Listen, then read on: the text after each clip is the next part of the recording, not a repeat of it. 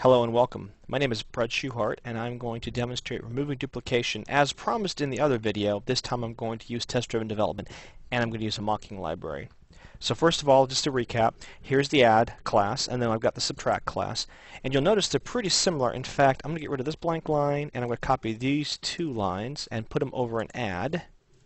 Save that, and if you'll notice, they are pretty much the same. Alright, so I'm going to exploit the commonality in these binary math operators. As a quick reminder, step 1, acquire parameters. Step 2, perform the calculation. Step 3, store the results. So I'm going to mimic that in a new abstract base class, and then I will have add, subtract, inherit from that. Before I do that, I'm going to verify that my tests are still running. So sure enough, I should be all green. I'm all green, great. So now I'm going to go ahead and add a new class. So I guess, how's about this?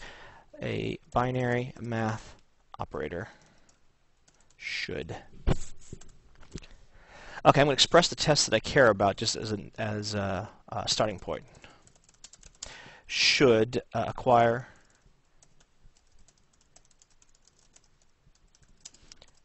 Alright, so that's one thing it should do. It should acquire two parameters from the stack. It should execute an extension point.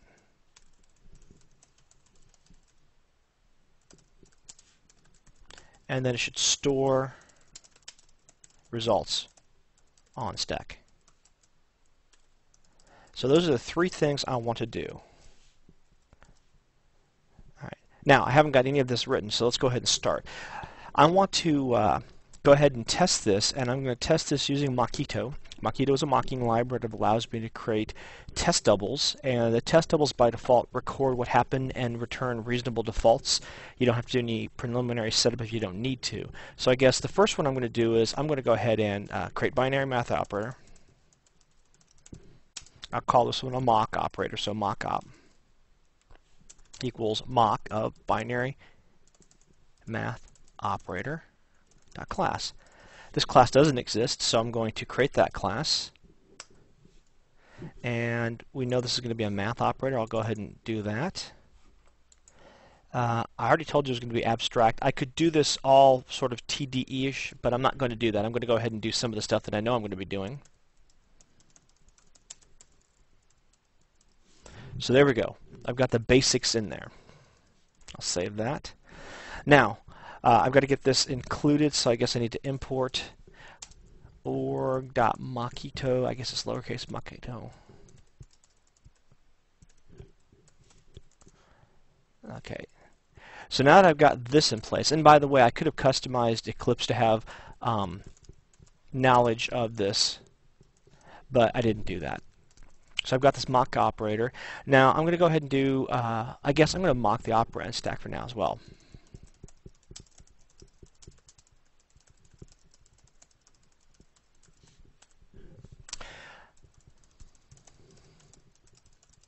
So far this is pretty much the same as what we've been doing, but now I wanted to verify that peek and pop were called. Now I could go ahead and do all the operators in a particular order. I'm just going to verify that the operators are called, and I'm not going to worry about verifying the order because it's just a little more work than I care to do right now. So stack mock. I want to verify on the stack mock that it called peek. I also want to verify on the stack mock that one time pop was called.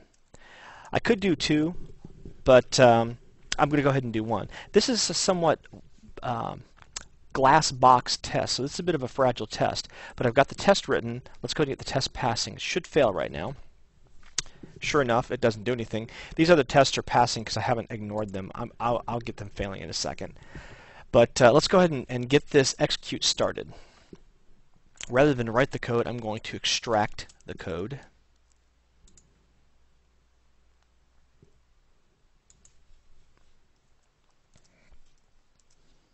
Alright, so I've just copied the code. Let's run that test. Alright, wanted but not invoked peek. So values.peek, values.pop, values.peek.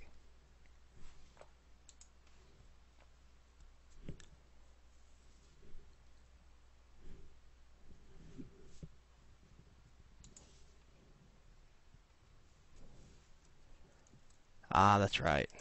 Since I'm doing a partial class, I need to make sure that this method is not overridable because Mockito was actually writing all the methods for this class. So if I do this, I believe that'll cause it to pass. All right, so that'll work. It's a bit of a hack, but that's adequate for now. All right, so now that I've got the first part written, I'm going to go ahead and verify that it calls the extension point. All right, I've got some commonality here, so I'm going to go ahead and for right now I'm going to go ahead and duplicate until I know what the duplication is for certain. So this is fine. And I want to verify that the extension point is called with a particular value. So how about we do this?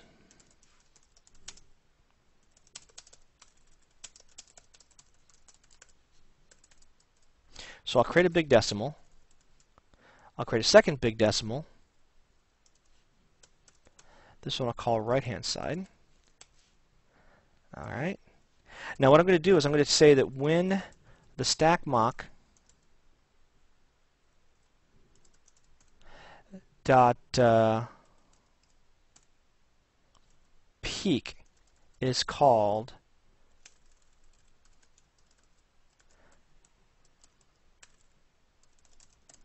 first return the right-hand side and then return the left-hand side.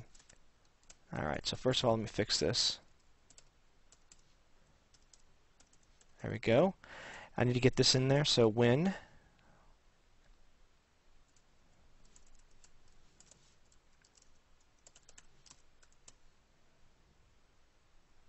so what this will do is the first time peak is called, it'll return back RHS, and the second time it'll return LHS. Now what I'm going to do here, now that I've done that, I want to verify that on the mock object, the mock op,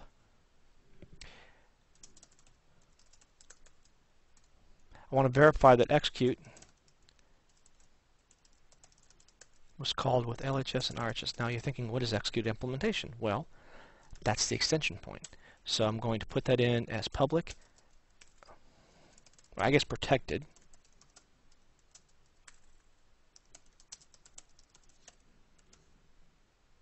Now this is exactly what I did last time, just in a different order. So I've got this execute implement, so now I'll actually call it. Okay, so let's see, I'll go back to here. I'm going to run my test. Now I sort of did it out of order. The test passed, but just to show you, if I have this commented out and I run the tests, sure enough it fails. Execute extension point failed, but then I bring that line back in, executed extension point passes. Okay, so great.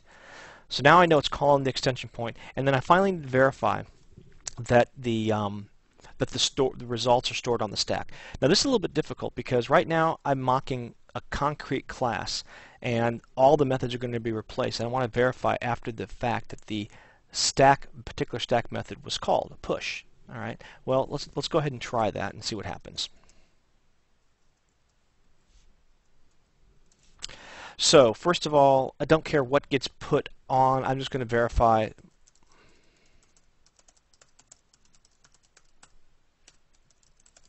Verify on the stack mock. Push was called with, I guess, I'm going to have to get a value.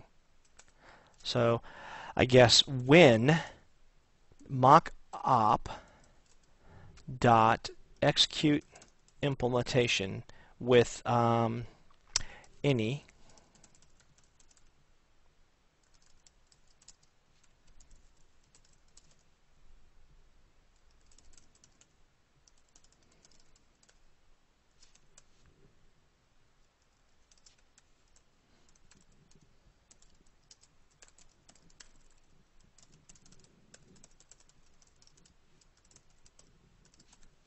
Alright, let's see if I can get this to fit on the screen so you can see what the heck it is. But first of all, let's go back up here, and I'm just going to import everything. I'll let Eclipse organize the imports in just a second. Okay, now it's going to complain about something, and I know what that is. When I call this method, but this method, execute implementation with any big decimal and any other big decimal, then return Okay, first of all, I'm missing a parentheses. Second problem, execute implementation returns void. It needs to return back a big decimal. Okay, so now I'm going to go back to this class. And I want to verify that when execute implementation is called, it's going to return back the value 10. I'm going to verify that the stack was called one time with push of a value of big 10. Okay, so let's see. I'm going to go back to binary math. I'm going to run this test. It'll fail. I'm not going to fix it the first time out. So now what I need to do is I need to store the results. So I guess big decimal result equals that, and then values.push result. So let's see what happens when I run this. It worked like a champ. So let's see. That was an awful lot of work, but it got us to the point where we've got an abstract base class. It acquires two parameters from the stack. It executes the extension points, and then it stores the results in the stack. Now before I go on, I'm going to do a little bit of cleaning up. Okay, so first of all, this can clearly be put into a before. So let's see.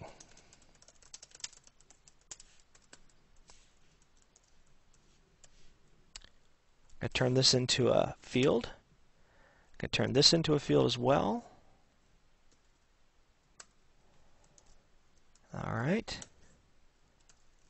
So far, so good. Now I'm going to actually verify the tests are still passing. They should be. Everything's passing.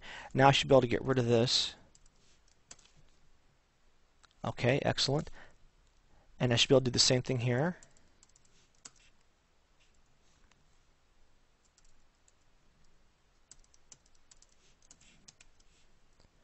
Everything's still passing.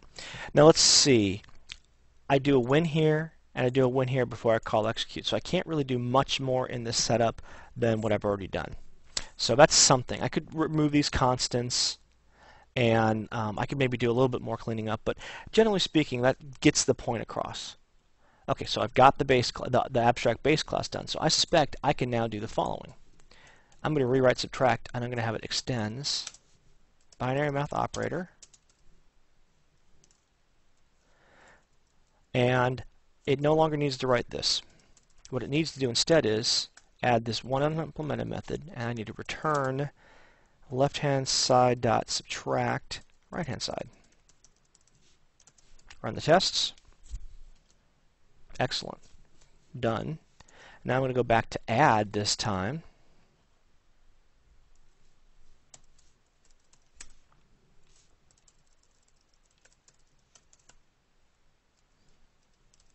And extends, oops, I went a little too far there.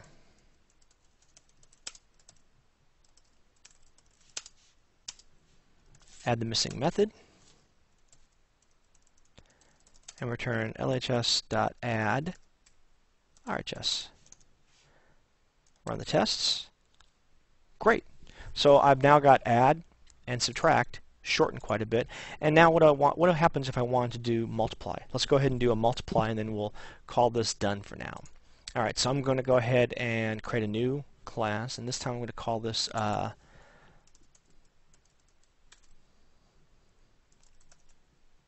multiply test. Okay, and let's see.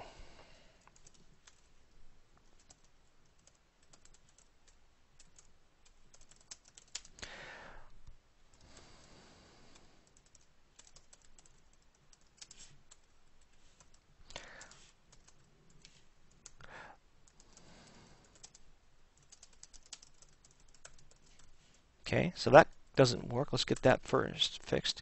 Multiply, the class doesn't exist. So I'm going to create the class multiply. It's going to be a binary math operator.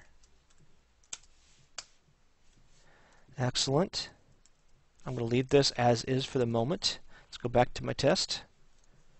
So let's see, when I call multiply, it needs an operand stack. Rather than using Mockito, I will go ahead and just use a regular old stack. So operand stack.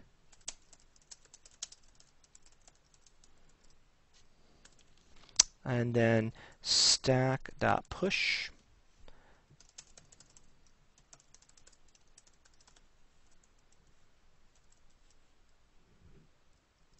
I can handle 2 times 12. That's not too bad.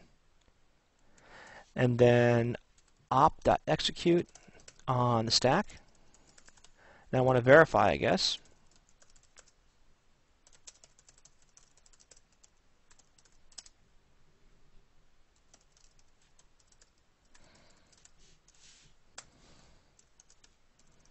Okay, so I'm going to run this test. I expected 24, but it was null. It makes sense. Return LHS.multiply RHS. Run the test. Excellent. And I guess I want to get multiply registered in with the stack, so I'm going to go ahead and do that now. So let's see. We had a test for that. And in fact, let's go back here for a second. These are all of our tests so far. And there's the registered operators test, so I'm going to go ahead and go into that one.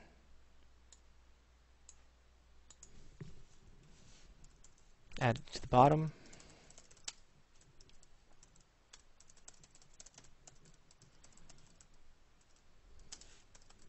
Now it turns out, after writing this test, I never got around to this, but after writing this test, it throws an exception if it doesn't find multiplication, division, whatever I'm trying to add. So if I just do calculator dot execute multiply, this test should fail. It does fail. Now I'm going to fix that. Okay, so right here is the method that does the work. This is getting really ugly, and we'll fix that in the next tutorial.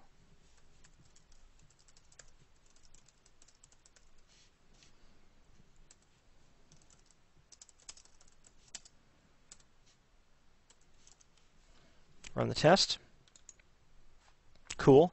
And that suggests a cleanup of these tests. I'm doing some actual verification of values, but I mean it's no longer necessary. Should be able to, how's about, I'm going to change this. Should be able to execute add. There we go. Oops, I didn't mean to close that. Should be able to execute add. I mean the test will be fine. And just to verify that if I put something wrong in there, I know it's going to fail, but just to verify, let's go ahead and run that. Notice the test fails. No shits operator right there. So after adding the verification for missing stuff, I should be able to go back and clean up these tests a little bit. Should be able to execute.